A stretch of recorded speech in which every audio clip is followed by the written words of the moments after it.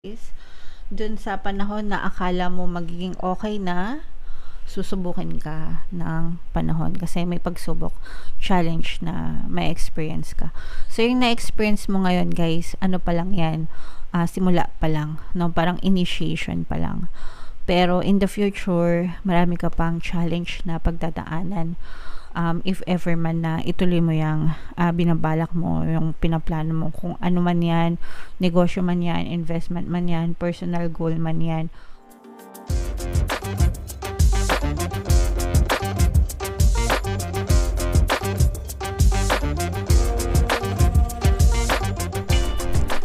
Hello guys, hello Aquarius, welcome back to Pinoy Pixie Tarot.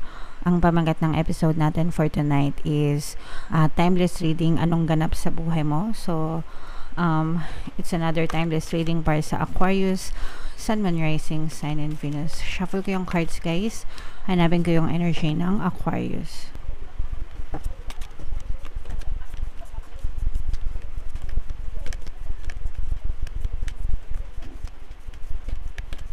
Eto guys, so Aquarius kaya in-represent ng Queen of Scrolls sa ating spread. Ito yung combination ng positive and negative energy, mga kapiksi. General reading lang, pwedeng mag-resonate, pwedeng hindi.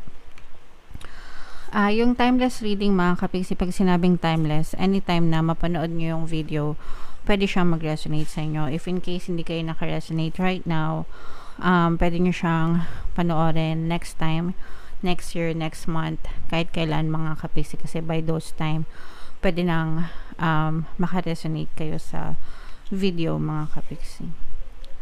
So itong nasa baba, guys, ito yung recent past natin. Sa gitna yung ating current circumstance, and then yung sa taas naman, yun naman yung ating past, mga kapiksi. For some of you guys, no, sa inyong recent past, guys, parang meron kayong plano, pero yung plano na yun, guys, parang pinaghandaan nyo siya ng matagal. Meron ditong presence ng fire sign, Aries, Leo, Sagittarius. So, this is like, parang meron kang inner force, inner passion, yung nasa loob mo, no? Kumbaga parang, something na very, very passionate ka, pinag-isipan mong mabuti, pero parang kinapos ka ng oras, or parang you have a very limited time na gawin yung gusto mong gawin in your recent past. So, pwedeng ano to, guys, let's say for example, gusto mong magnegosyo, or gusto mong kunwari gusto mong magnegosyo, pero hindi mo siya magawa, hindi mo siya matutukan kasi meron kang full-time job, very limited yung oras mo sa pagnenegosyo kasi kumbaga yung buong araw mo kinakain ng trabaho. By the time na umuwi ka na para gawin yung negosyo mo or mag-alat ng time sa negosyo mo, konting-konti na lang. Hindi lang yung time, yung feeling ko na kulang sa'yo, pati energy. Guys, no? Kumbaga, kasi very exhausting yung ginagawa mo. Let's say, for example, yung trabaho mo, very exhausting siya. So, kahit na gustong-gusto mong magnegosyo, wala ka namang enough time at saka energy para gawin yon, mga kapiksi. Pero nakita din natin na talagang pinagplanuhan. Yun nga lang, by the time na implement mo na, doon mo na realize na mahirap pala. Hindi pala ganun kadali. Pag inisip mo kasi parang sobrang dali lang, gagawin ko to, gagawin ko yan, ganyan. Pero by the time na inimplement mo na, sinubukan mo na, ginawa mo na, doon mo marirealize na hindi pala siya ganun kadali. Okay? So, ganun yung nakita natin sa iyong recent past, mga kapiksi. And dito sa inyong current circumstance, another challenge nito is, una, hindi ka nakakuha ng good support, no? Sa mga tao sa paligid mo, parang walang masyadong sumusuporta sa'yo, walang masyadong naniniwala sa'yo.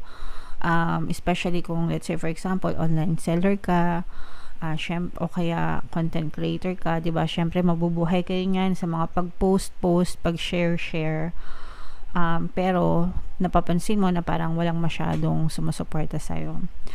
And then, another one is parang nagkakaroon ka ng change of heart, no?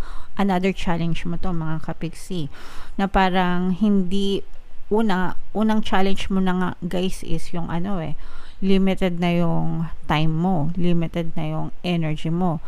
Tapos, hindi pa, konti pa yung sumusuporta sa'yo na medyo nakakapag-demotivate sa'yo or discourage, and at the same time, nagbabago na yung isip mo dahil dun sa mga nega na nangyayari sa inyo. Okay?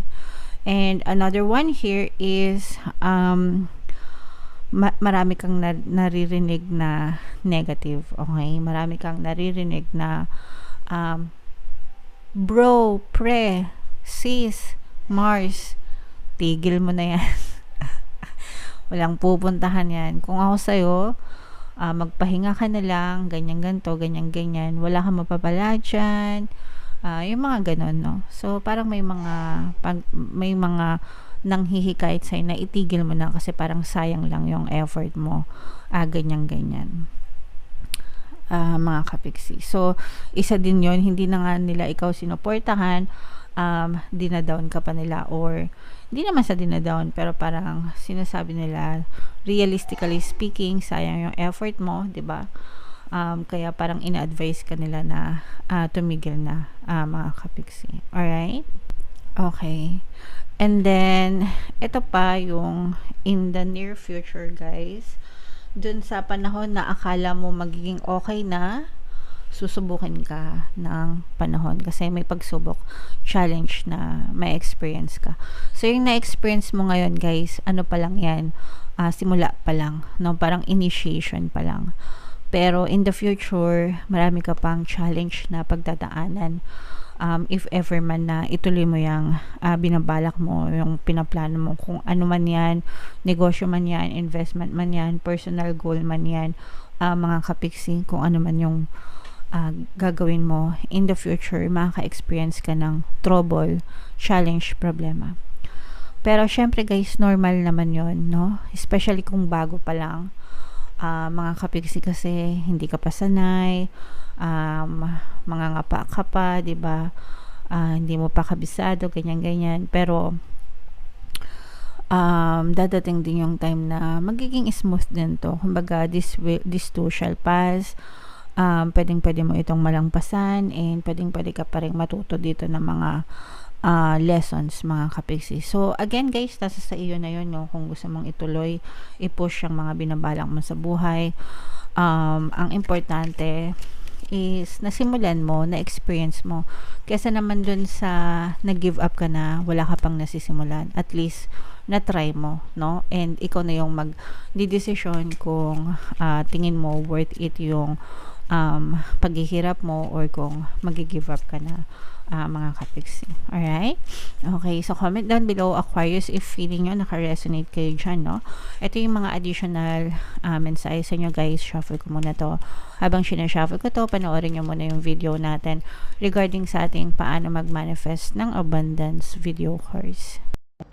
Kapiksi, sawa ka na ba sa mga struggles at hirap sa buhay mo?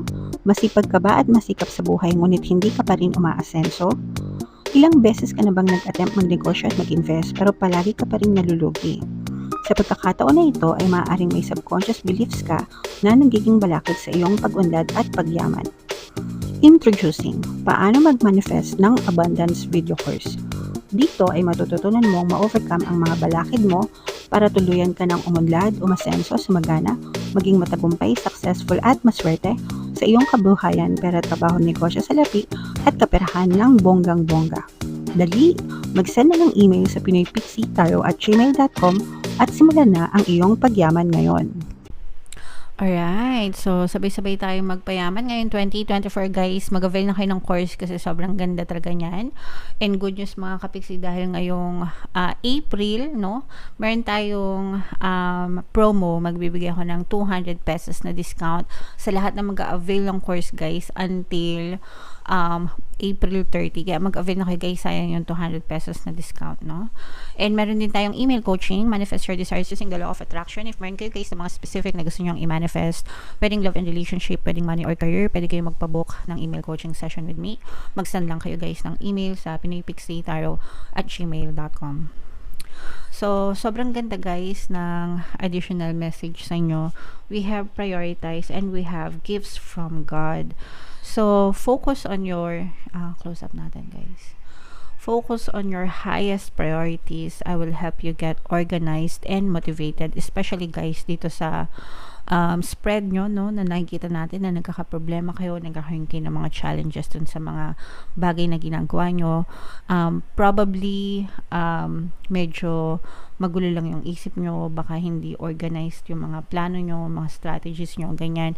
Kailangan nyo lang planuhin ulit, no, and unahin kung ano yung mga urgent, unahin kung ano yung mga dapat na i-priority mo, mga kapiksi, and tutulungan ka ng mga gabay mo to stay organized and para ma-motivate ka. Kasi yung iba sa inyo talagang, sabi ko nga, no, parang nade-demotivate na kayo, nag-iiba na yung isip nyo, di ba? Pero if you are clear with what you desire and nakafocus yung intention nyo, kahit ano pang problema nyo, malalampasan nyo rin yan. Just like what happened sa ating channel before guys, nung simula pa lang yung channel natin, marami tayong bashers, maraming negative na comments, pero kung tayo ay nagpadala sa kanila, hindi natin mararating yung status ng Pixie Tarot ngayon, na nakakapagbigay tayo ng maayos na gabay and mga subliminals na nakakatulong sa inyo.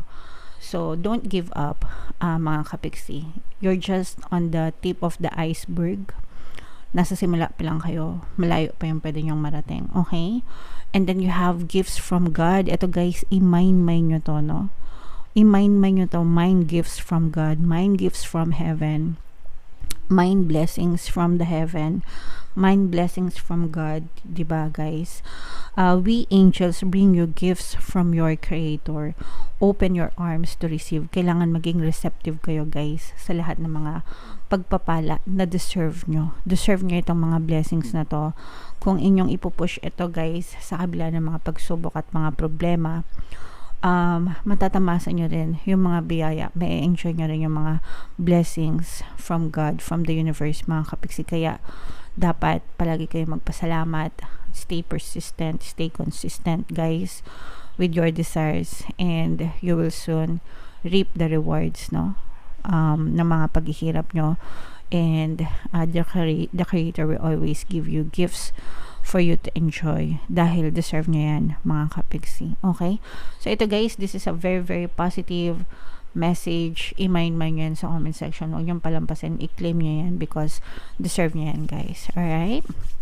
Okay, so comment down below guys if feeling nyo nakaresonate kayo sa mga messages. Ito yung ating mga pampaswerte subliminal. Pakinggan nyo para talaga maging maswerte kayo. And ito naman yung ating success stories ng paano mag-manifest ng abundance video course. Click here to subscribe guys, and click here to join our membership program. Thank you for liking, sharing, and subscribing, and see you again next time. I love you all guys. Have a nice day. Bye bye.